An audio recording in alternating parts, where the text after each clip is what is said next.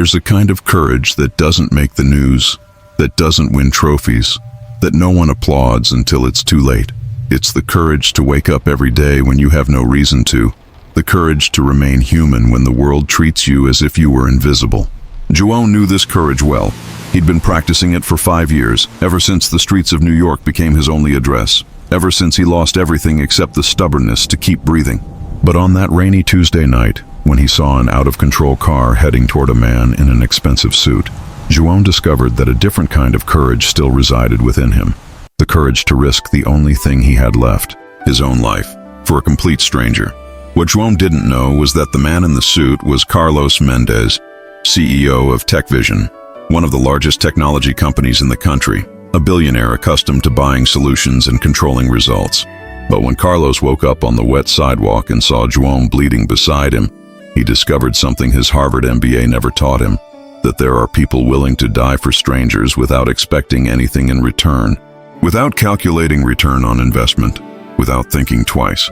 And this simple discovery, almost obvious to anyone except those living in ivory towers, would turn upside down not only João's life, but the very definition of success that Carlos had held as absolute truth for decades. This is the story of two men whom life placed on opposite sides of the same city, separated by chasms of privilege and circumstance that seemed insurmountable. One who had everything but purpose, the other who had nothing except stubborn dignity that refused to die even in the deepest poverty. And how a stormy night, an act of unlikely heroism, and an unthinkable offer proved that sometimes fate uses the most unlikely situations to show us who we truly are beneath the masks we wear. Because, in the end, it doesn't matter if you sleep on a king-size mattress or a bank canopy. Everyone is desperately searching for the same thing, a reason to believe that their life means something, that their existence makes a difference in the universe. And João was about to discover that his meant much more than he ever imagined possible. And Carlos was about to learn that all the money in the world can't buy the only thing that truly matters. The ability to look in the mirror and, like the man who looks back, João always woke before sunrise, when the city still breathed slowly and the early morning chill cut his skin like a sharp blade. His alarm clock was the sound of the garbage truck passing by on Fifth Avenue, always at 5:30 in the morning, punctual as a Swiss watch.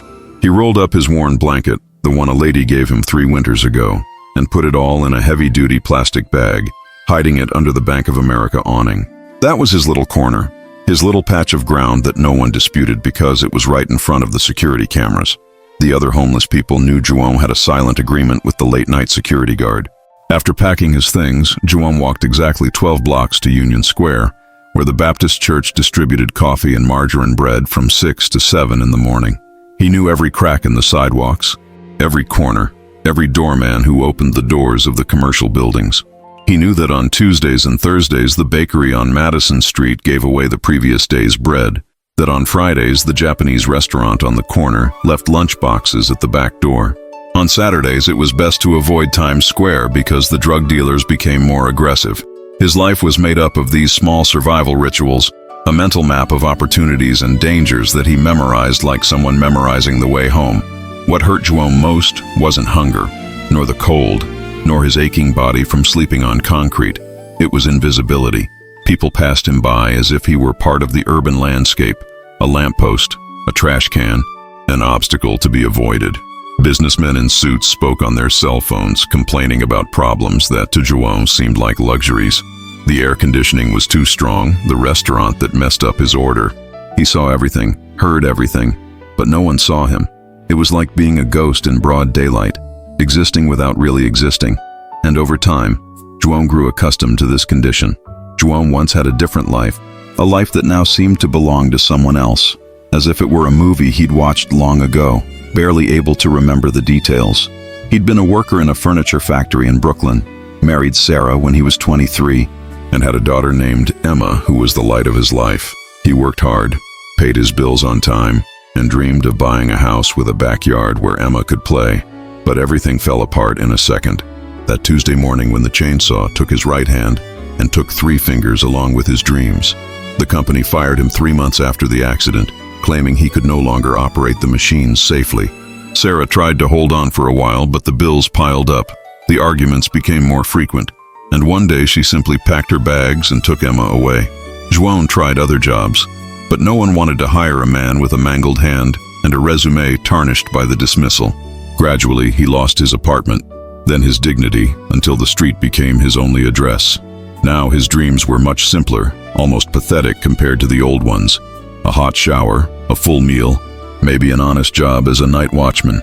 He still kept in a plastic bag a photo of Emma at age 7, smiling without her front teeth, holding the teddy bear he'd gotten her for Christmas. The photo was faded, wrinkled at the edges, but it was his most precious treasure, the only proof that he'd once been someone who mattered. At night before bed, João would take the photo out of his bag, look at that innocent smile, and whisper the same words like a prayer. "One day I'll make you proud, my daughter. One day you'll know your father didn't give up, that he kept fighting even when all seemed lost." There was a strange safety in being invisible, a perverse comfort zone João never imagined existed until he lived in it. No one expected anything from him, no one demanded results, no one was disappointed when he failed because no one even noticed his existence. It was like living in a limbo where expectations were zero and any small victory, a whole sandwich, a dry blanket, a night without being woken by the police, felt like a monumental achievement. This absence of pressure, however painful, had become his gilded prison, a safe place where he didn't have to risk rejection again. João knew every detail of his survival routine like an executive knows his corporate agenda. He knew that the Starbucks on the corner threw away perfectly good coffee at 9 o'clock at night, that the security guard at the Lexington Avenue office building let him use the bathroom on Tuesdays and Thursdays. He knew the other homeless people by name, who was trustworthy and who would steal his belongings at the first opportunity. He had his sidewalk companions, people who shared the same silent misery, and together they formed an invisible community that helped each other through the hardest days. This fragile network of connections was all he had, and the thought of losing it scared him more than he would admit. The fear of trying and failing again was greater than the desire to change, and João knew this even if he didn't want to admit it. Every time he thought about seeking shelter, trying a reintegration program, asking for real help, the memory of being fired came back like a ghost. The memory of Sarah looking at him with pity and contempt, of Emma crying, not understanding why Daddy no longer lived with them. He had failed as a provider, as a husband, as a father, and the pain of that failure was so deep that it seemed safer not to try again. Better to be an invisible ghost than to risk being a visible failure once again. On the coldest nights when the wind cut like a knife and the city noise faded to a distant murmur, João would look up at the stars between the skyscrapers and feel a pang of longing for who he was. It was in these quiet moments that the memories came flooding back, not the painful memories of loss, but the good ones, the ones that showed him he had once been valuable. He remembered the smell of fresh wood in the workshop, the pride he felt when he finished a perfect piece of furniture, Sarah's hands on his shoulders after a hard day's work. He remembered teaching Emma to ride a bike in the park, mending the fence on a sunny Saturday, being a man who built things instead of just surviving. These moments of clarity were both a gift and a curse, for they revealed the vast gulf between what he was and what he could have been. João saw in the faces of the hurried executives a distorted reflection of the man he almost was, someone with purpose, direction, and a place in the world. He saw parents leading their children by the hand and felt a tightness in his chest so strong he had to look away. In these moments, the invisibility that normally protected him became a transparent prison where he could see the whole world but could not touch it. It was like standing outside a display window, peering into a life that would never again be his. But these moments of clarity were short-lived, for the sun always rose, and with it came the urgent need to survive another day. Philosophical reflections on purpose and destiny were luxuries a hungry man could not afford for long. João kept these memories and feelings in a locked mental drawer, revisiting them only on sleepless nights when he had no choice. And then he returned to his mechanical routine of survival, pushing his dreams under the rug along with his hope, because hope was too dangerous for a man who had already lost everything. João was afraid of dying alone in some alley and no one knowing his full name, of being just another unidentified body in the city's statistics. He was afraid that when he finally died, there would be no one to mourn him, no tears shed, no stories told about who he was before the streets. He imagined his death as a silent lights out, as if he had never existed, as if all those years of life, work, and love meant absolutely nothing. This fear visited him in the darkest of dawns, when the cold penetrated to the bones, and he wondered if he would wake the next day. But the fear that tormented him most was another, more specific and more painful. João was terrified that one day Emma would pass him on the street and not recognize him, that she would look at that dirty, ragged man and look away in disgust, unaware that she was looking at her own father. Or worse yet, that she would recognize him and pretend not to see. That the shame would be so great that she would simply quicken her pace and move on. This thought destroyed him inside more than any hunger or cold ever could. The thought of being a source of shame to his own daughter was a pain no blanket could warm. João was also afraid of accepting help and proving himself unworthy of it, of once again disappointing the people who believed in him. He had seen other homeless people receive opportunities and squander them, returning to the streets because they couldn't adapt, or because drugs were stronger than their will to change. He swore to himself that he was different, that if he had a real chance, he wouldn't waste it. But deep down, he was afraid he was lying to himself. He kept these fears locked away, because showing weakness on the streets was an invitation to more pain. And João already had enough pain to last a lifetime. It was a stormy night, the kind that seems to herald the end of the world, with winds that knocked over garbage dumps and rain that blinded anyone who dared look up. João was huddled under the Bank of America awning, watching the city turn into a gray blur of water and blurred lights. That's when he saw Carlos Mendes running out of the Tech Vision building, trying to cover his head with his leather briefcase as he desperately searched for a taxi. The man in the impeccable suit seemed as out of place in the chaos as a fish out of water, and João almost smiled at the irony of seeing someone so powerful, so vulnerable in the face of nature. Then it all happened so fast. Too fast to think, only to act.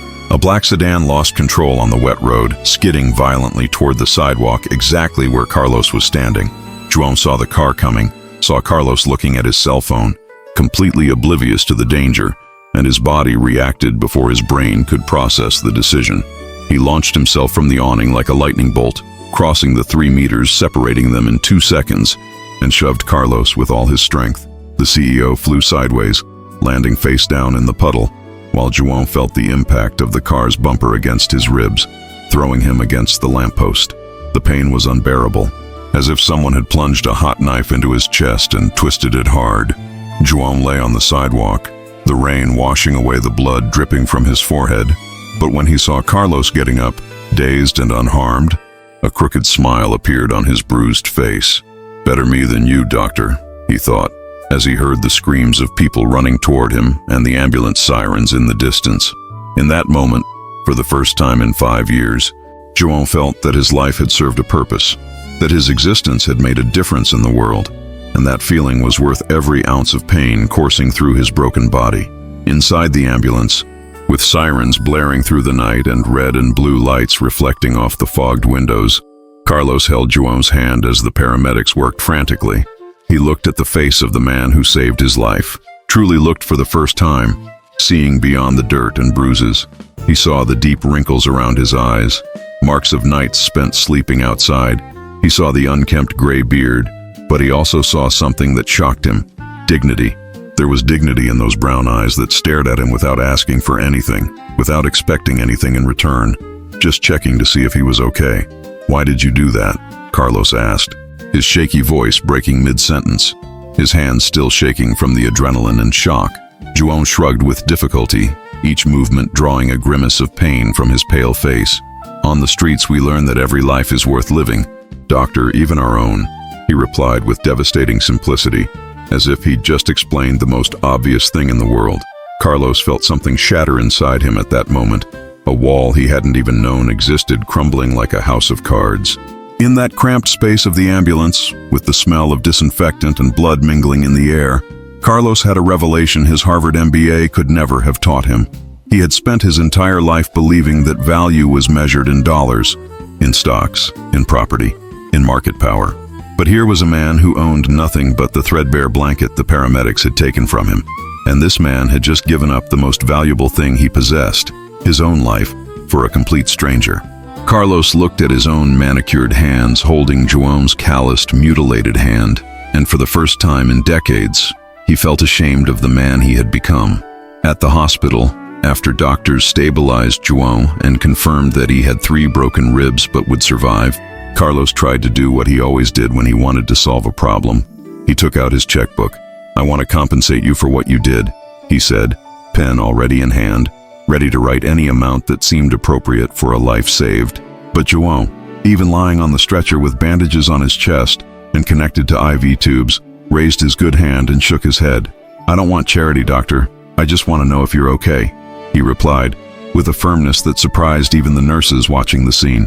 Carlos was completely perplexed, his pen suspended in mid-motion as if frozen in mid-motion. Throughout his corporate world, everything had a price. Every action expected an equivalent reaction. Every favor charged interest. But here was a man refusing money he clearly desperately needed, refusing with a dignity that made the blank check seem like an insult. His executive assistant, Jennifer, who had rushed to the hospital as soon as she heard about the accident, pulled Carlos aside and whispered the obvious advice. "Pay his medical bills, send a fruit basket, and let's go. You have an investor meeting tomorrow morning," she said, already checking her schedule on her tablet. But Carlos couldn't move, couldn't simply walk away like he would with any other problem solved with money. Something about João's refusal, the way he prioritized concern for a stranger over his own desperate need, touched a place inside Carlos he hadn't even known existed. It was the same place his father, an immigrant who worked in factories all his life, used to touch when he said a man isn't measured by what he has, but by what he does when no one is looking. Carlos sent Jennifer away, pulled up a chair next to João's stretcher, and for the first time in years decided to do something that didn't make business sense. He decided to stay. Carlos spent the entire night in the hospital, refusing to go home even when the doctors declared João stable and out of danger. He sat in that uncomfortable plastic chair, watching the man who saved his life sleep under the effects of sedatives, his chest rising and falling steadily.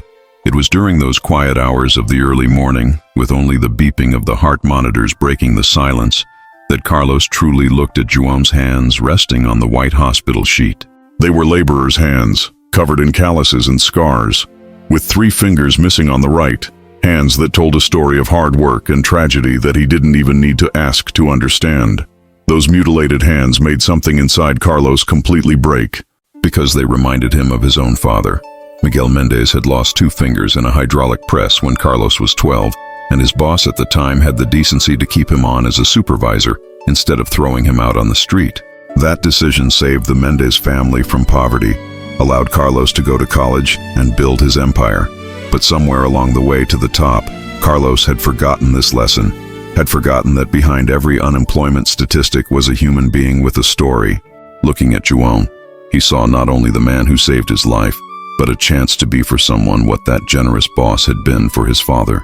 As the sun began to rise, painting the sky orange through the hospital window, Carlos made a decision his executives and shareholders would consider utterly insane. He picked up his cell phone and called the human resources director, waking the man at 6 in the morning. "I want a complete dossier on patient João da Silva. Everything you can find. Work history, family, everything," he said, ignoring the sleepy protests on the other end of the line. "And prepare the hiring papers. I want him working at Tech Vision as soon as he leaves this hospital." It wasn't charity, Carlos repeated to himself as he hung up the phone. It was justice. It was gratitude. It was the chance to do something that truly mattered instead of just crunching numbers on a spreadsheet. As he waited for João to wake up, Carlos began to question his own life in a way he never had before, and the discomfort of this self-reflection was almost physical. Why would a man with absolutely nothing risk everything for a complete stranger, while he, with his millions and his empire, would probably have taken out his phone to film rather than help? The question haunted him like an insistent ghost, revealing truths about himself he'd rather not face. He'd built a company valued at billions, employed thousands of people, and was considered a technology visionary. But when was the last time he truly cared about an individual human being rather than just numbers and performance metrics?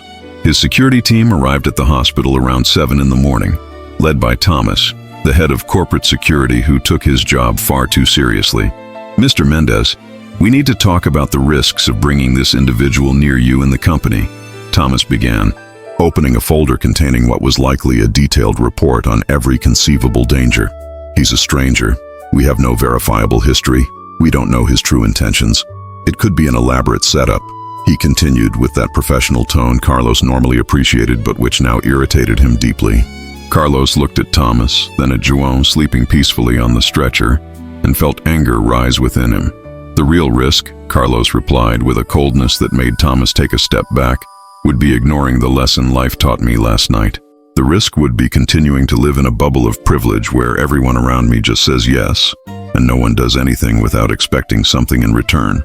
He rose from his chair, stretching his back, aching from a bad night's sleep, and faced his security team with a determination he hadn't felt in years. "This man saved me without knowing me, without knowing who I was, without calculating the return on investment. And if you can't see the extraordinary value of that, then perhaps you are the ones who pose the real risk to me." The awkward silence that followed said all that needed to be said, and Thomas left the room without further argument. 2 weeks later, when João was discharged from the hospital with his ribs still sore but healing, Carlos put his integration plan into action. He rented a modest but comfortable apartment in Brooklyn, fully furnished it, stocked the refrigerator, and even purchased 3 custom-made suits that he had tailored to João's body. On his first day, he personally took João to tour TechVision's offices, a glass and steel skyscraper on Park Avenue that seemed to touch the sky.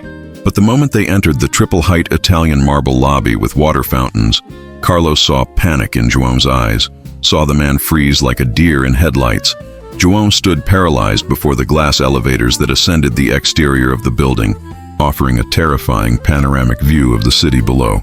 His entire body began to tremble, his hands breaking into a cold sweat, his heart pounding in his still bruised chest.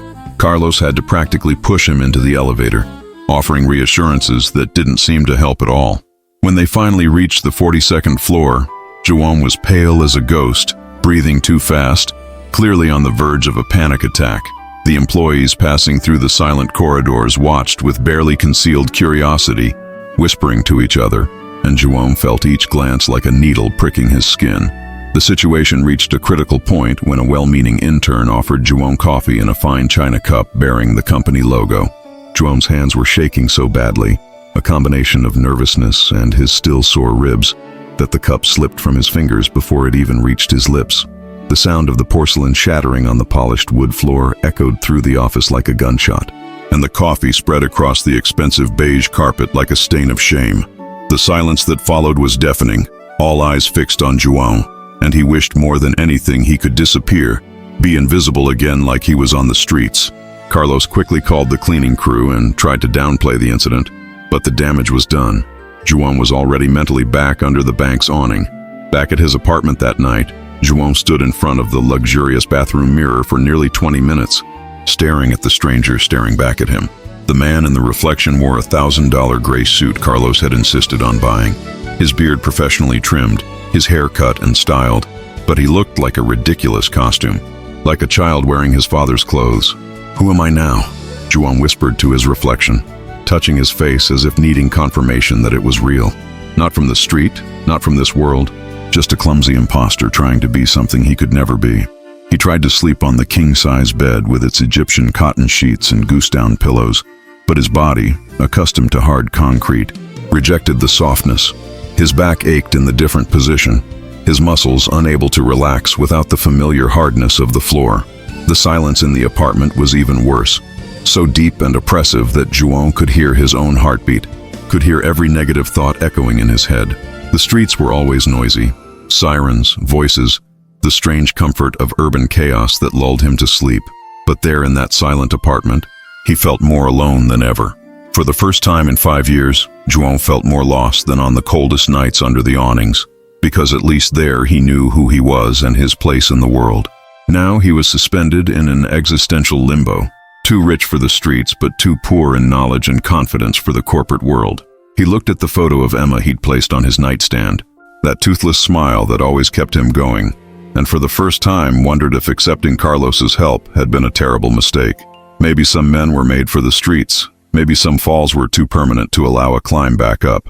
João began avoiding Carlos, making elaborate excuses not to go to the TechVision office. He said his ribs still hurt too much, that he needed more time to recover, that the doctor recommended complete rest. Carlos accepted his apologies with worrying patience, sent food delivery, called to check on him, but João could hear the disappointment in the CEO's voice even when he tried to hide it. The truth João couldn't admit out loud was that he felt like a fish out of water in this world of glass elevators and conversations about engagement metrics and market disruption. Tech Vision's executives spoke a language completely alien to João, full of corporate jargon and acronyms that made no sense. Synergy, KPIs, stakeholder buy-in, scalable solutions. These words flew around the meeting room like exotic birds he'd never learned to identify. Social protocols were a maze with no exit. When to shake hands, when to make eye contact, how to hold cutlery at a business lunch, what casual conversation was appropriate around the water cooler. Every interaction was a minefield of potential humiliation, and João preferred the solitude of his apartment to the constant exposure of his inadequacy. At night, when the shame and loneliness became unbearable, João would secretly return to his streets, walking the familiar blocks like a ghost visiting a past life. But his former sidewalk companions now regarded him with a mixture of distrust and resentment that cut deeper than any cold. "Have you become a playboy, João?" asked Marcus, a war veteran who slept near the subway station, spitting on the ground with contempt. "Too good for us now," added Linda, a 50-year-old woman who lost everything in the divorce. João was trapped in a cruel limbo, too rich for the streets, but too poor and belonging to anywhere else. A worldless man floating between two universes that rejected him equally. A week later, João was ready to give up for good, the pressure of inadequacy finally crushing any remaining hope. He carefully folded the 3 suits, returned them to their original boxes, and left everything organized on the living room table along with the apartment key. He wrote a note to Carlos on a sheet of paper he tore from a notepad, his shaky handwriting revealing the emotion he was trying to hide. "Thank you for the chance, doctor, but I belong on the street. You deserve someone better than me to repay you for what you did," he wrote, each word weighing like lead in his heart. As he walked toward the exit of the Tech Vision building, where he had left the note at reception, João passed the basement where the maintenance and cleaning area was located. He heard an older man cursing in Spanish, struggling with a piece of industrial cleaning equipment that had clearly jammed. The man kicked the machine in frustration, and João realized it was a problem with the hydraulic system, something he would recognize anywhere after years of working with heavy machinery in the furniture factory. Without thinking, without calculating, simply following decades of instinct, João knelt beside the equipment. In less than 3 minutes, with just his bare hands and a knowledge he thought he'd lost along with his fingers, João identified the problem, adjusted the pressure valve, and got the machine working perfectly again. The older man looked at him with a mixture of surprise and gratitude, squeezing his hand tightly. "You're a magician, friend. The company's expensive technicians have been trying to fix this for 2 weeks," he said, laughing. João looked at his own mangled hands, still stained with grease from the equipment, and for the first time in weeks, he felt something other than shame, felt a tiny glimmer that maybe, just maybe, he still had some value in this strange world.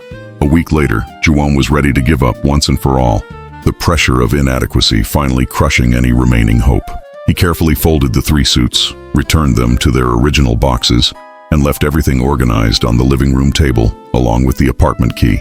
She wrote a note to Carlos on a sheet of paper she tore from a notepad, her shaky handwriting revealing the emotion she was trying to hide.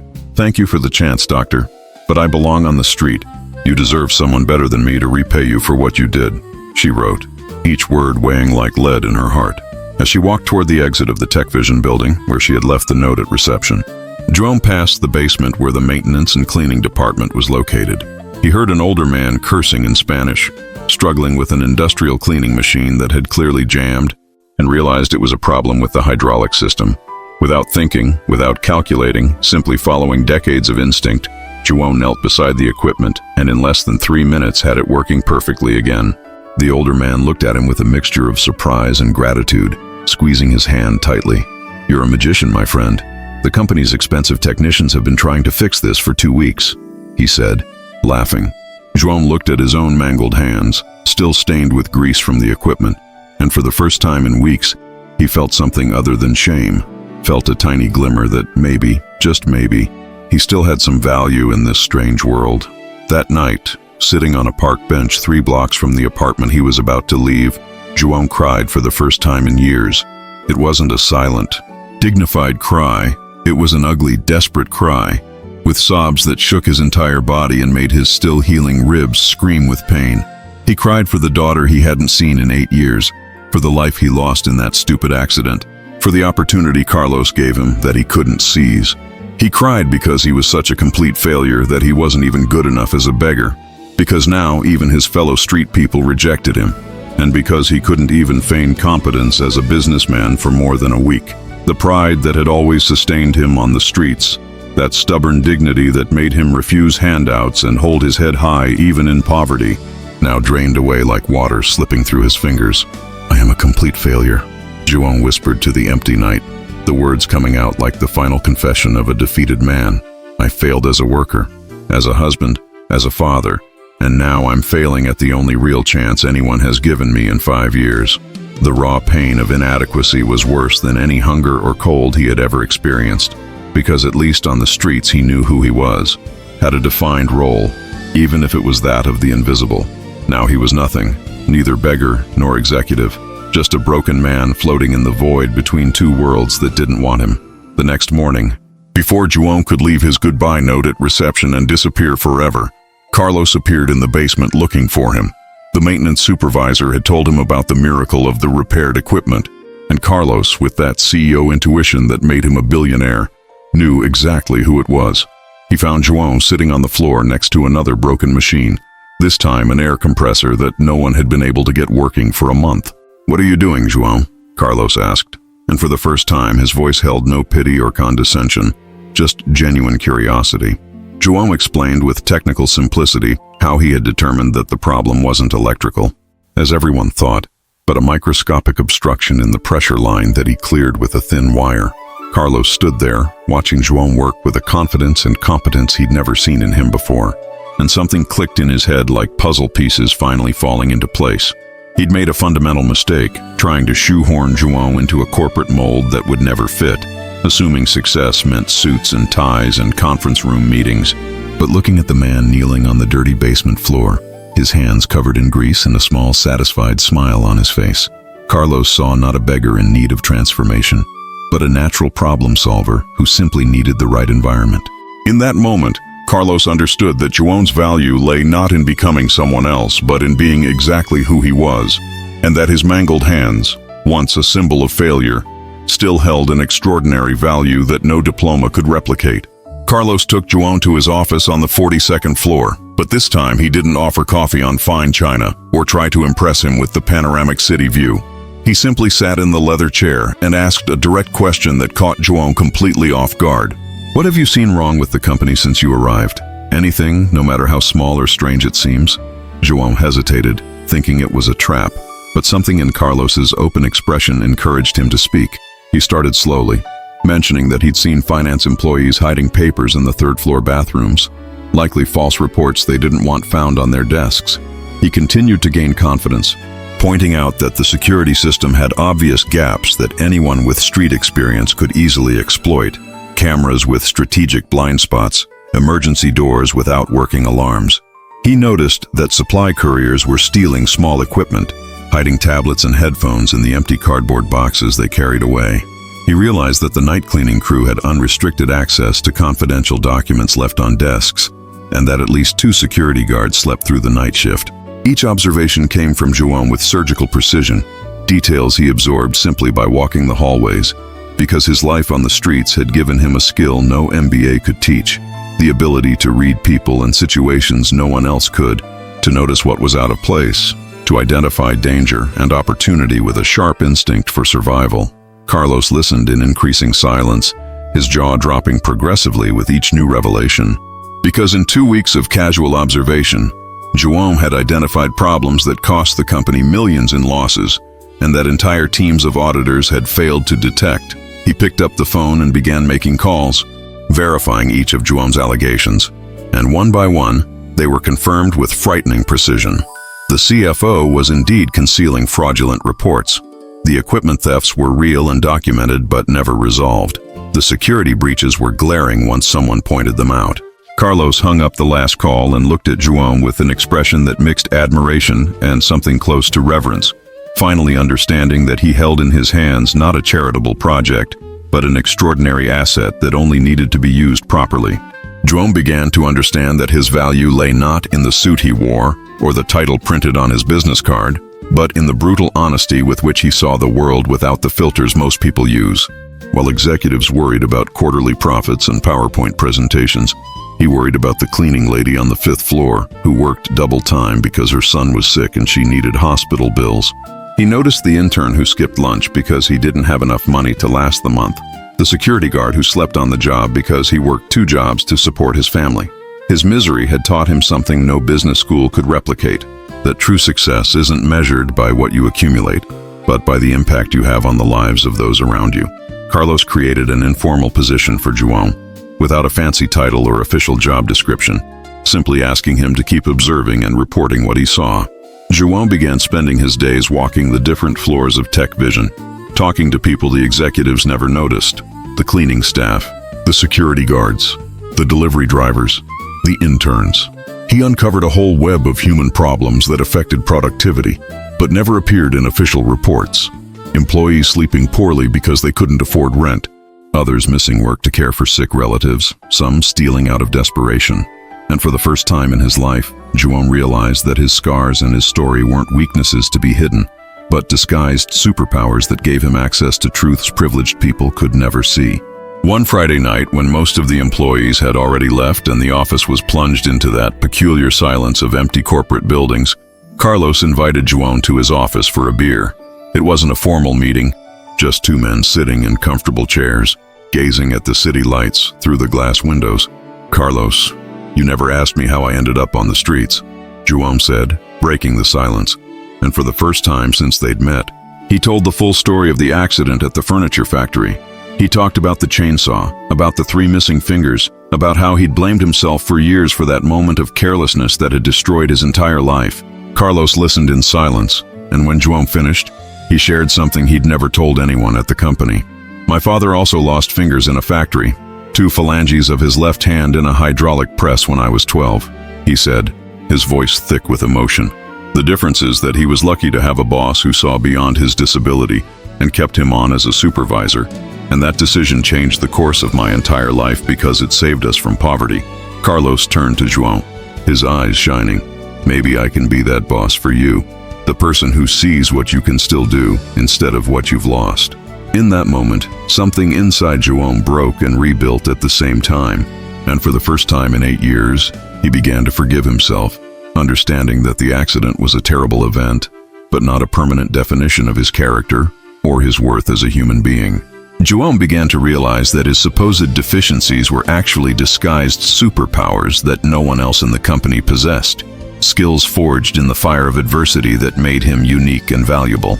His extreme sensitivity to cold, developed after years of sleeping rough, allowed him to immediately recognize when the air conditioning system was wasting energy or creating uncomfortable zones that affected employee productivity.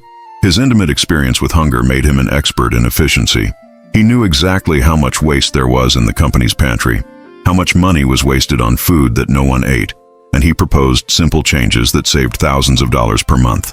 His life on the streets had given him the equivalent of an MBA in raw reality, an education in survival and human observation that no elite university could offer. He understood body language on an instinctive level, knew when someone was lying, when they were desperate, when they were planning something devious. Because his life had depended on these skills for 5 years, he knew how complex systems worked because he had to understand the city's invisible systems to survive: bus routes, food distribution schedules, police patrol patterns. João wasn't a broken man trying to fix himself. He was a highly trained expert in fields most people didn't even know existed, and for the first time, he was beginning to see his scars not as marks of failure, but as medals from a war he survived when many others couldn't. João began working directly with Thomas, the head of security who had initially been so skeptical about his presence at the company, and the dynamic between them changed completely when Thomas saw the practical results. João pointed out blind spots in the cameras that he would instantly spot if he were still on the streets looking for a safe place to sleep, showed how delivery drivers bypassed the identification system simply by following legitimate employees through the door. He taught observation techniques he learned in urban survival, such as identifying suspicious behavior not by what people do, but by what they avoid doing, how to read micro-expressions that reveal intentions before actions. In just 1 month, internal thefts that had been bleeding the company for years dropped by 70%, an improvement so dramatic that the board demanded to know what expensive new technology they had implemented. The truth was, there was no technology at all. just João and his street smarts applied to the corporate environment, and the same security guards who once regarded him with barely concealed contempt now regularly sought his advice. Thomas, who had 30 years of corporate security experience and impressive certifications, admitted in a meeting that João saw things he would never learn in any course. "You think like criminals because you had to think that way to survive," Thomas said, without judgment, only professional recognition. João discovered the profound pleasure of being useful, of applying his skills in ways that made a real difference, a feeling he hadn't experienced since before the accident, since the days when he built furniture with his own hands and took pride in a job well done. João didn't forget his roots or the people who still lived the reality he had left behind, and he began using his new position to build bridges between two worlds. He convinced Carlos to hire other homeless people for temporary work at the company, night watchmen who would never sleep on the job because they knew the value of every opportunity, and cargo handlers who worked with a dedication that regular employees rarely demonstrated. He hired Marcus, the war veteran, to train the security team in street observation techniques, and Linda, the woman who lost everything in the divorce, to manage the waste reduction program in the cafeteria. These men and women, previously completely invisible to society, became João's eyes and ears throughout the city, a network of human intelligence that no technology could replicate. They brought valuable insights that completely changed the way TechVision operated, market trends observed in street chatter, urban issues affecting logistics before they made headlines. They knew when a city area was becoming dangerous before the police did, knew alternative routes when traffic backed up, and identified expansion opportunities in neighborhoods that market analysts overlooked. João was building something revolutionary without fully realizing its magnitude, a structure where marginalized people were not charity projects, but valuable strategic assets. Carlos watched in amazement as his company was transforming, becoming not only more profitable but fundamentally more human, proving that doing good and making money were not mutually exclusive goals, as he had always believed. Carlos gave João a small team of 8 people to train in observation and safety techniques, and João initially panicked because he had never led anyone in his life. He didn't know how to make PowerPoint presentations, he didn't know management theories, he didn't have the corporate vocabulary to impress, but he discovered that his authenticity was a more powerful leadership force than any book-learned techniques. While other managers used empty jargon about synergy and proactivity, João spoke the language of the heart, told real stories of survival, and taught through practical examples his team could touch and feel. "On the job, we learned that everyone has a story," he explained during the training sessions. "If you want to understand someone, you need to hear that story first. You need to see the person behind the behavior." His team became the most loyal and efficient in all of TechVision, not because João was the most demanding boss or the one who paid the most, but because he genuinely cared about each person as an individual. He knew everyone's children's names, remembered their birthdays, noticed when someone was struggling, and offered help before they asked. 2 team members were formerly homeless people he personally pulled off the sidewalks. 3 were immigrants struggling with English as a second language, and 1 was an ex-convict no one else would hire. João saw potential where others saw only problems, and this vision transformed people discarded by society into dedicated professionals. He was proving a revolutionary truth the corporate world resisted accepting, that the best teams are not built with the most impressive resumes, but with the people most grateful for the opportunity to prove themselves. When João received his first official salary from TechVision, a check for $5,000 that represented more money than he had seen in the last 5 years combined, he stared at that piece of paper for almost an hour in disbelief. His hands trembled holding the check, and unauthorized tears began to stream down his face, because it represented much more than money. It represented restored dignity, recognized value, a life that had meaning again. But instead of spending it on himself, instead of buying the things he had desperately desired for years on the streets, João did something that surprised even Carlos. He spent almost all of it on other people. He bought winter clothes and thermal blankets for his former sidewalk companions, paid for vocational training for 6 homeless people who showed potential, and helped 3 families find temporary shelter while they searched for work. Seeing the positive impact his money had, seeing hope spark in the eyes of people who had given up, strengthened João's self-esteem in a way that praise or promotions never could. He was discovering a fundamental truth about wealth that most people take a lifetime to learn. that true wealth lay not in what he accumulated in bank accounts, but in what he shared with others, in the tangible difference he made in the lives of real people. Each person he helped was living proof that his life had purpose, that his journey from the streets to tech vision was not just about his own salvation, but about becoming a bridge for others to cross. João created an internal program he simply called Second Chance, where vulnerable people received hands-on training and real opportunities at Tech Vision. Not disguised charity, but legitimate jobs with clear expectations. The program started small with just 5 people, but quickly showed such extraordinary results that other departments began asking to participate. João's students possessed a loyalty and dedication that conventional employees with impeccable resumes rarely demonstrated, because they viscerally understood the value of a second chance. Knowing exactly what they were being saved, they worked longer hours, complained less, solved problems with creativity born of necessity, and the retention rate was 98%, compared to 60% for the company as a whole. Carlos watched in amazement as his company was transforming into something he never imagined possible. Not only more profitable, but fundamentally more human, a place where financial success and social impact went hand in hand. He began presenting the Second Chance program at business conferences, and other CEOs called asking for advice on how to replicate the model. João had found his true purpose. It wasn't to be an executive or return to being a factory worker. It was to be a living bridge between different worlds, showing that every human being deserves a second chance, no matter how many times they've fallen. He was building a legacy more valuable than any fortune. He was proving through concrete results that compassion is not a weakness in business, but a powerful strategy that unlocks wasted human potential, and that sometimes the people most broken by life are precisely those who have the most to offer when someone finally believes in them. 6 months after João started working at Tech Vision, the company suffered a massive cyber attack that crashed all systems at 3 a.m. on a Tuesday.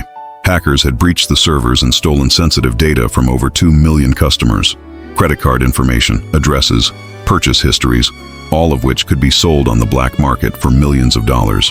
The IT team went into a panic. Cybersecurity experts were called in, the FBI was notified, and Carlos faced the very real possibility of seeing his company destroyed by lawsuits and loss of customer trust.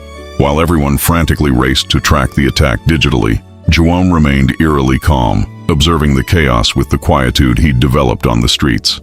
His urban survival experience had taught him a fundamental truth that all tech experts were ignoring. Every criminal leaves a physical trail, no matter how sophisticated the cybercrime. João assembled his team of urban scouts, the network of former homeless people who now worked for the company, and in 48 hours of tireless work, they identified the hackers' hideout.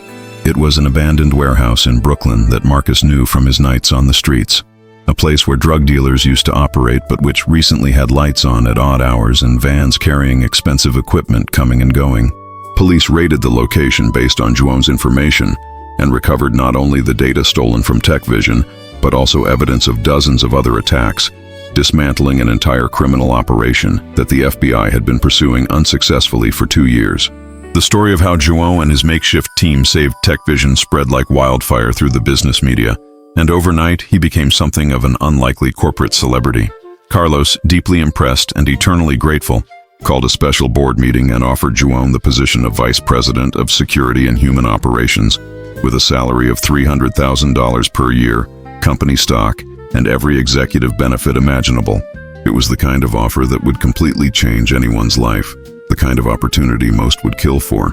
But João listened silently, and then, to the utter shock of everyone in the room, shook his head and refused.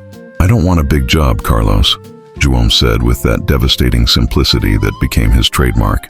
"I want to keep doing what I do, helping people like me find their place, training my team, working with my hands when necessary." It was a decision that left the executives present completely perplexed, because in their world, no one refused power and money. No one chose purpose over prestige. But João understood something fundamental they couldn't, that his true power didn't come from a title printed on a business card or a top-floor office. It came from his unique ability to connect different worlds, to see value where others saw only waste. He preferred to be a functional bridge than an empty throne. He preferred to make a real difference in the lives of 10 people than to manage entire departments without ever touching an individual life.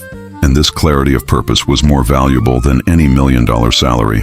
The Second Chance program began to draw fierce criticism from a vocal group of shareholders who considered it a disguised charity and a waste of corporate resources that should be invested in technology and expansion. During the quarterly meeting, 3 key investors threatened to sell their shares if the company continued diverting money to what they called a social welfare project, arguing that TechVision's responsibility was to maximize profits, not solve social problems. Carlos faced immense pressure, furious calls from business partners, critical articles in financial publications, and even veiled threats that his position as CEO could be at risk if he continued to prioritize sentimentality over results. The tension was palpable in every corridor of the company, and everyone knew something would have to give. João saw the dilemma his presence was causing Carlos, saw the dark circles growing on his friend's face, the tense meetings with lawyers and consultants, and made a decision that broke his heart, but seemed inevitable. He sought out Carlos at the office on a Friday night and offered his resignation with quiet dignity. "I don't want to be a problem for you, Carlos. You've already done more for me than I could ever dream of, and if my departure resolves this situation, then that's what needs to happen," he said, holding the envelope containing his resignation letter. But Carlos, to João's surprise, not only refused to accept the resignation, but tore it up in front of him. "You taught me that some things are worth more than quarterly profits, that a company can be successful financially and morally at the same time," he said with a determination João hadn't seen in weeks. "And if the shareholders can't see that, then maybe they're the ones who need to go. Not you. Let's fight together." At the annual shareholders meeting, held at a 5-star Manhattan hotel with over 200 investors in attendance, critics of the Second Chance program staged a coordinated ambush. 3 of them rose one after the other with charts and spreadsheets, arguing that the program cost the company $500,000 a year with no measurable return, that hiring people without adequate qualifications was fiduciary irresponsibility, that sentimentality had no place in corporate decisions. The room began to murmur in agreement, and Carlos felt control of the situation slipping through his fingers, until João, sitting discreetly in the back row wearing his simple security uniform instead of a suit, raised his hand and asked to speak. The silence that fell over the room when João walked onto the stage was almost palpable, all eyes fixed on this man who clearly didn't belong in that world of $3,000 suits and Swiss watches. He had no prepared slides, no rehearsed speech, just his story and his truth. "My name is João da Silva, and a year ago I slept on the sidewalks of this city, invisible to all of you who have probably passed me hundreds of times without seeing me." He began with a firm voice that surprised even himself. He told his story without asking for pity.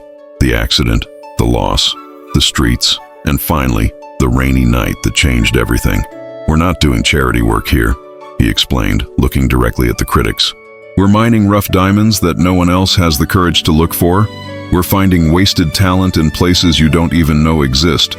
João presented figures Carlos's team had compiled, showing that Second Chance employees had 23% higher productivity than average, a 60% lower absenteeism rate, and had been directly responsible for saving millions through operational improvements that traditional employees would never identify.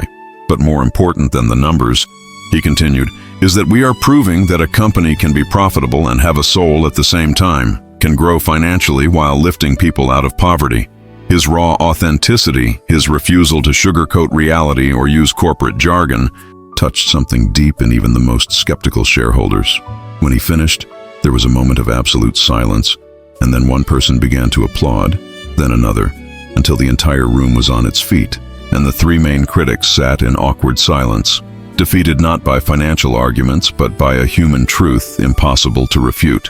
João's greatest triumph wasn't saving the company from a cyber attack that could have cost hundreds of millions, nor convincing skeptical shareholders to support the Second Chance program with a permanent pause.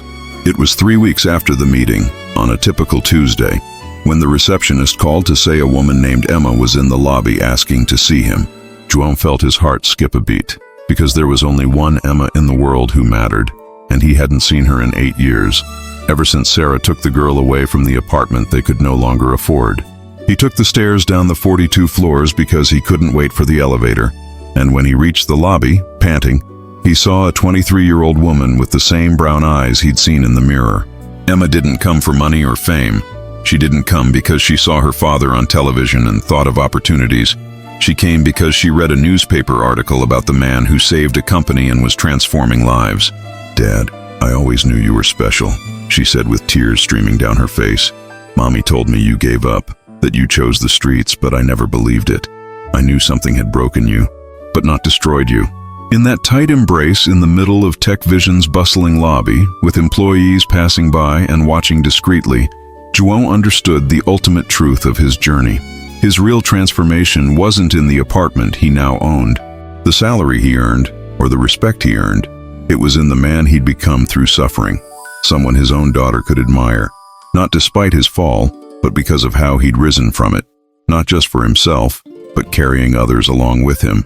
On a starry Saturday night, 3 months after their reunion with Emma, João and Carlos stood on the terrace of the TechVision building, watching the city stretch out infinitely in every direction like an ocean of lights. "You saved much more than my life that rainy night," Carlos confessed, breaking the comfortable silence between them. "You saved my humanity, showed me that I had built an empty empire where numbers mattered more than people." João looked at the city lights, which had previously been merely a backdrop for his daily survival, and were now part of a world where he truly belonged, not as an invader, but as a full citizen. "Funny," he replied with a small smile.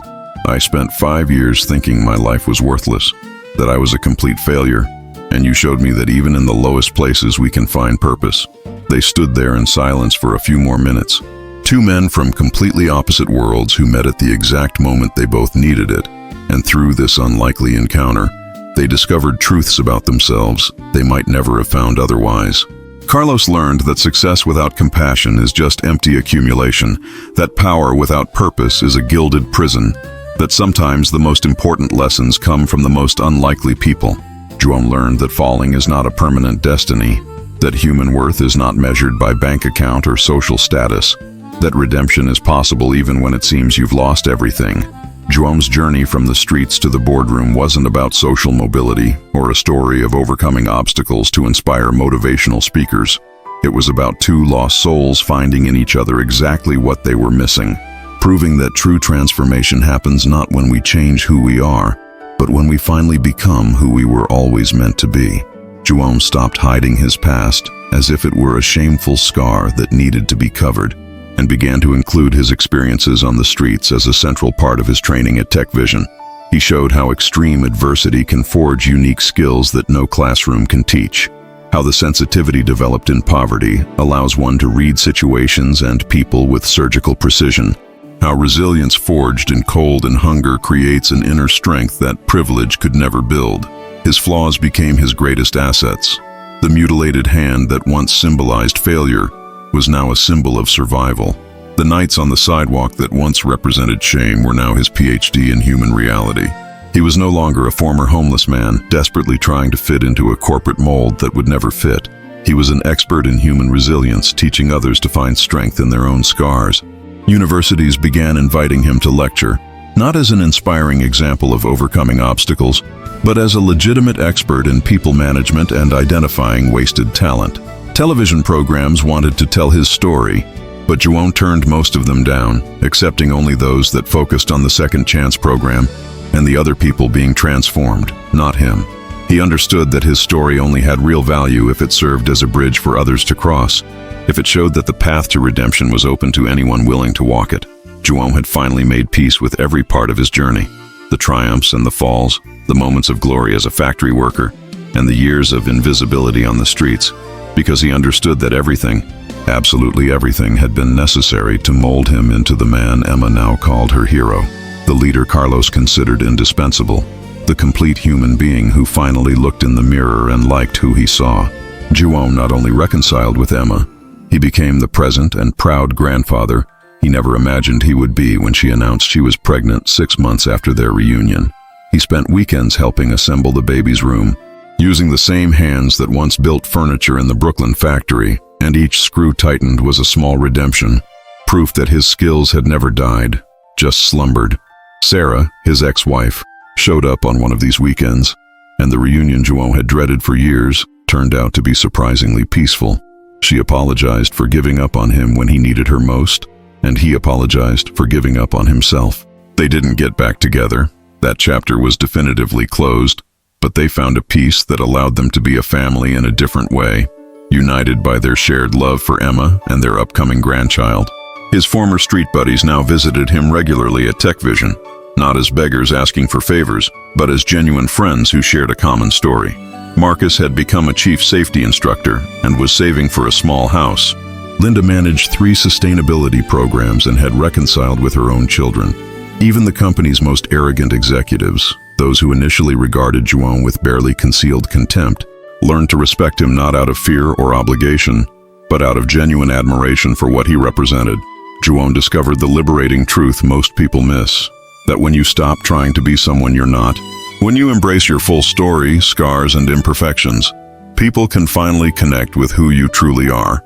And these authentic connections are infinitely more valuable than any mask of perfection you could construct. Carlos created the unique role of Director of Human Perspectives for João, a position that didn't exist at any other company and had no formal job description, because its value was impossible to capture in bullet points. João's role was to ensure that TechVision never lost touch with the realities of everyday people, that corporate decisions were filtered through the lens of how they would affect real lives, not just Excel spreadsheets. He became an advisor not only on security and operations, but also on product development, marketing strategies, and even merger and acquisition decisions, because his unique street-level perspective allowed him to foresee consequences that even the most expensive MBAs couldn't. When the company considered completely automating customer service to cut costs, João demonstrated how this would impact families who depended on those jobs and proposed a hybrid solution that saved money while maintaining human roles. His influence spread far beyond TechVision. Other companies began creating similar positions. Corporate consultants developed frameworks based on his methods, and business schools included second-chance case studies in their curricula. João was inadvertently starting a quiet revolution in the corporate world, proving through measurable results that including marginalized perspectives was not only morally correct but strategically smart. He became the living bridge between worlds that normally never touch, translating the language of the street to the boardroom and back again, showing that the most complex problems often have simple solutions when you include people who have experienced those problems firsthand. His purpose had evolved from simply surviving to actively transforming how success was defined and measured, proving that a company could be simultaneously profitable and compassionate, efficient and humane, powerful and just. João didn't move to a luxurious Manhattan neighborhood as Carlos had repeatedly suggested. He chose a modest 2-bedroom apartment in Brooklyn, the same neighborhood where he had worked at the furniture factory decades ago. He wanted to stay in touch with his roots, to walk the same streets where everything began and where everything fell apart, as a constant reminder of where he came from and how far he had come. He continued to wake up early every day, no longer for the garbage truck but by choice, using the early morning hours to meditate on the small terrace rather than seek shelter from the cold. His hands, previously marked only by hard labor and mutilation, now held pens in meetings and tablets for presentations, but on weekends they still held tools when he fixed things in Emma's apartment or helped Marcus renovate his new house. He maintained a simple routine that honored both the man he was and the man he had become. He drank coffee at the same diner where he used to order only water when he was on the streets, and greeted the same doormen and cleaners who saw him when he was invisible. He donated half his salary to homeless programs, but saved enough to live comfortably and build a college fund for his soon-to-be grandson. João had found a delicate and precious balance between who he was and who he had become, never forgetting the lessons of the sidewalks, but also not clinging to them like a prison, moving forward but always looking back enough to reach out to those still standing where he had been. He had discovered that true transformation doesn't mean abandoning your past, but integrating it so that each scar becomes wisdom, each fall becomes the foundation for a more conscious and compassionate climb. João understood that the greatest lesson of his journey was not about personal resilience or individual willpower, but about the profound human interdependence that modern society desperately tries to deny. He needed Carlos to get off the streets, that much was obvious, but Carlos also needed him to find his lost humanity, to remember why he built a company in the first place, to reconnect with the values his immigrant father taught him. The company needed João's unique perspective to grow sustainably and avoid the costly mistakes that corporate arrogance would cause. But João needed the company's structure and resources to flourish and reach his full potential. No one saves themselves alone. João often repeated in his training sessions, "We rise together, or we don't rise at all." True transformation, he realized through years of reflection, happens in the spaces between different people, when opposing worlds meet and discover they need each other in ways they never imagined. The executive needs the homeless person as much as the homeless person needs the executive, not out of charity, but out of genuine complementarity, because each sees half of reality and only together can they see the whole picture. João learned that his fall was not divine punishment, nor a flaw in character. It was preparation for a purpose he could not fulfill without first losing everything and rebuilding from scratch. And Carlos learned that all the money and power in the world are empty if they do not serve to elevate others, that success measured only in profits is failure measured in humanity. They became each other's teachers, and this mutual education transformed not only their lives but hundreds of others they touched through the Second Chance program and the quiet revolution they initiated in the corporate world. João visited the former furniture factory in Brooklyn where he suffered the accident that changed his life forever. A building now abandoned with broken windows and graffiti-covered walls. He stood in front of that industrial skeleton for a full hour, remembering the smell of fresh wood, the sound of saws, the man he was before that fateful Tuesday morning. But instead of the anger he'd carried for years, he felt only deep and unexpected gratitude, because he understood that that tragedy had led him on a journey that transformed him into an infinitely better man than he would have been without it. If he hadn't lost his fingers, he would never have lost everything. And if he hadn't lost everything, he would never have found his true purpose, never would have saved Carlos, never would have created the Second Chance program that was now changing hundreds of lives. He forgave the boss who fired him after the accident, understanding that the man acted out of fear of lawsuits rather than cruelty. He forgave Sarah for leaving when things became impossible, acknowledging that she did the best she could in a desperate situation. Most importantly, João finally completely forgave himself for the years of self-pity and paralysis, for the moments he gave up, for the nights he wished he simply wouldn't wake up the next day. And in a turnaround that surprised even him, João silently gave thanks for every cold night that nearly killed him, every hunger that twisted his stomach, every look of contempt that made him feel less than human, because it was precisely these brutal experiences that prepared him for his fate. He learned the paradoxical truth few can accept, that sometimes the worst things that happen to us are exactly what we needed to become who we were meant to be. And that gratitude for the wounds is the final stage of true healing. João's story inspired not only Tech Vision, but spread like concentric waves throughout the city and eventually across the country. Other corporations launched programs similar to Second Chance, some with genuine success and others merely as superficial marketing, but all recognizing that João had proven something revolutionary about wasted human potential. Universities invited him to lecture, where packed rooms of MBA students listened in fascination as he dismantled their assumptions about success and value. Professors included his story in business ethics and transformational leadership curricula.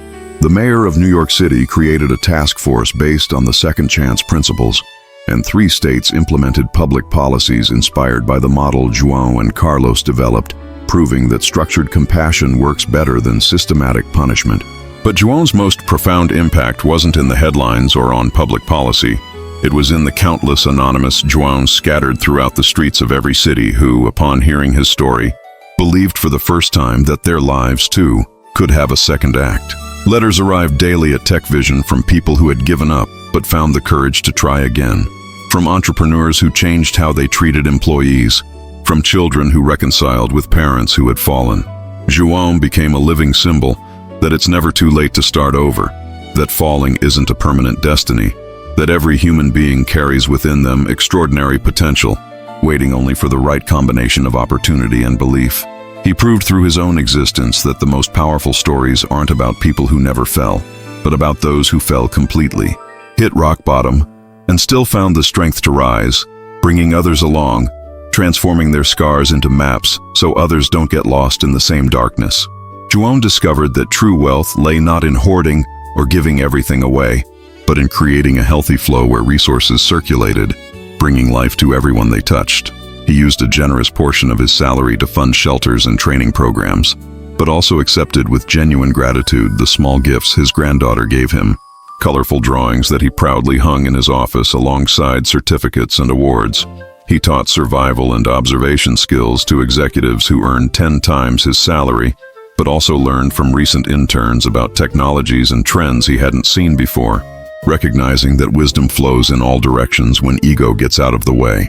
He donated his time generously to train people in the Second Chance program, but also set aside entire Sundays to simply relax and watch baseball games with Marcus, understanding that self-care wasn't selfish but a necessity. He found the delicate balance where being generous didn't mean completely nullifying himself, and being successful didn't mean losing himself in endless ambition. He helped other homeless people find jobs, but didn't take responsibility for their choices. He offered opportunities but respected when people declined or failed, understanding that every journey is unique and not everyone is ready to change at the same time. He accepted praise and recognition without letting them inflate his ego, but he also didn't feign false humility by rejecting all credit.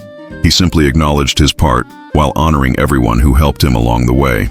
João had learned to dance between giving and receiving with the grace of someone who understands that both are necessary, that receiving with gratitude is as important as giving with generosity, and that the balance between the two is what allows transformation to be sustainable rather than just an inspiring moment that quickly fades. João wasn't planning a traditional retirement. The idea of stopping work and simply resting seemed like a waste of the knowledge and purpose he had spent a lifetime building. He wanted to continue bridging worlds while he still had the strength and clarity of mind, expanding the Second Chance program to other cities, training new leaders who could replicate the model, and ensuring his vision would survive far beyond his own lifetime.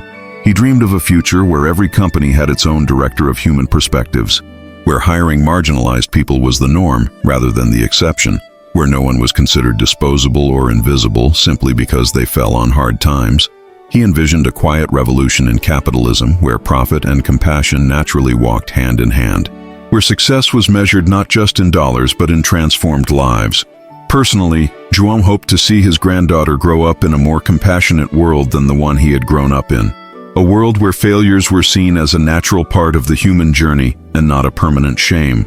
He wanted to be present for every birthday, every graduation, every important moment.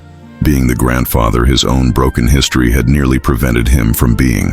And on quiet nights, when he gazed at the stars from the terrace of his modest apartment, João felt a deep peace knowing his life had real and lasting meaning. His journey, which began with a heroic act on a rainy night, a moment of instinctive courage that saved a stranger, had transformed into something much greater, a lifelong mission to prove that every human being carries within them a unique purpose waiting to be discovered, that second chances are not a luxury, but a fundamental right, and that sometimes the people most broken by life are precisely those who, once healed, have the most to offer the world because they know both the darkness and the light. The story of João and Carlos forces us to face an uncomfortable truth that most of us prefer to ignore. How many Joãos did you pass on the street today without really seeing them? How many invisible people cross your path daily, carrying extraordinary stories you'll never know because you didn't stop to look? How many wasted talents? How many dormant purposes? How many second chances that never happened because someone decided that certain failures were too permanent to deserve an outstretched hand? The brutal truth is that João almost died invisible on those streets. And the only difference between the tragedy that almost was and the transformation that occurred was a moment of courage, followed by another moment of compassion. Two unlikely men choosing to see humanity in each other, when it would have been easier to simply move on. So here's the question this story forces you to answer. Who is the John in your life that you're ignoring? What opportunity to make a real difference are you passing up because it seems too complicated or too risky? Maybe it's the coworker everyone avoids. Maybe it's the homeless person you pass by every day pretending not to see. Maybe it's even yourself, the part of you that fell and that you buried in shame instead of helping to rise. The devastating lesson of this journey is that real transformation never happens alone.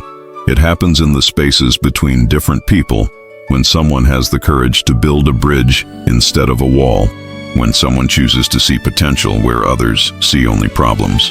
João proved that it's never too late to start over, that falling isn't a permanent destiny, that the worst things that happen to us can be precisely the preparation for our greatest purpose if we have the courage to keep walking.